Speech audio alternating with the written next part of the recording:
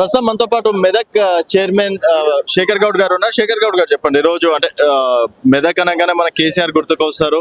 So Medak ని ఒకప్పుడు ఏ విధంగా ఉండేనో ఇప్పుడు ఏ విధంగా ఉన్నదో కూడా తెలిసిన విషయమే. సో చెప్పండి, అంటే ఏ విధంగా చూస్తున్నారు మీరు నోటీస్ ఇవ్వడం?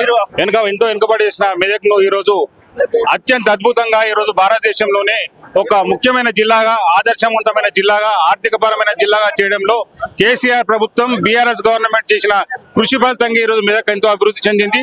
తెలంగాణ ప్రాంతం కూడా ఏ రకంగా చూసినా కానీ, ఆర్థికంగా కూడా కానీ, నీటి పరకంగా కానీ ప్రతి ఒక్క రంగంలో అభివృద్ధి చెందింది కేసీఆర్ ప్రభుత్వం వల్లనే. అది మూర్ఖతమైన మాటలు తప్ప ఏం లేదు. ఇప్పుడు మెదక్ జిల్లా కానీ, భువనగిరి జిల్లా కానీ, యాదగిరిగుట్ట కానీ ప్రాంతాలు కాళేశ్వరం నీళ్లు సాగుతున్నా ఈ రోజు ఇప్పటి కూడా ఎండాకాలంలో రోగాలు పడే ఎండాకాలంలో కూడా ఇలా కాలువల పడి నీళ్లు పారుతున్నాయంటే ఈ కాళేశ్వరం వల్ల వచ్చిన వాటర్తోనే కేసీఆర్ కృషితోనే కానీ వేరే విషయం కాదు. కేవలం రేవంత్ రెడ్డి ఎక్కడ కేసీఆర్ ప్రభుత్వానికి మంచి పేరు వస్తున్న ఉద్దేశంతో ఈరోజు కావాలని బద్నాం చేసి ఈ కాళేశ్వరం కమిషన్ ఏదో కమిషన్ వేసి బద్నాం చేయాలనే ఉద్దేశంతో చేస్తుంది తప్ప ఇలా ఎలాంటి నిజం లేదని చెప్పి ఈ సందర్భంగా తెలియజేస్తున్నాం. 100% తప్పు చేయలేదండి. ఎక్కడ తప్పు చేసిండు? ఈ రోజు ఎండాకాలం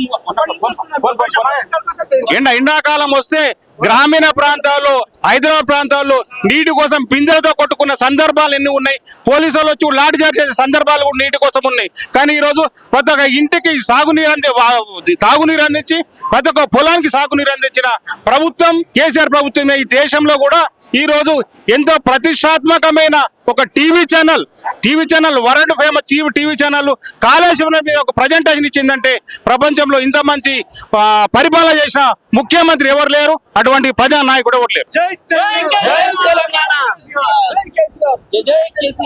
ఈరోజు కేసీఆర్ గారి మీద మోపిన ఈ చిల్లర రాజకీయాలు మానాలంట అని చెప్పేసి ఈ సందర్భంగా హెచ్చరిస్తున్నాము. ఈ ప్రభుత్వం వచ్చిన గత 18 నెలలు అయిపోతున్నా గానీ ఇప్పటి వరకు ఎలాంటిది గిటంగా ఒక 1 NP గిటంగా పని చేయలేదు.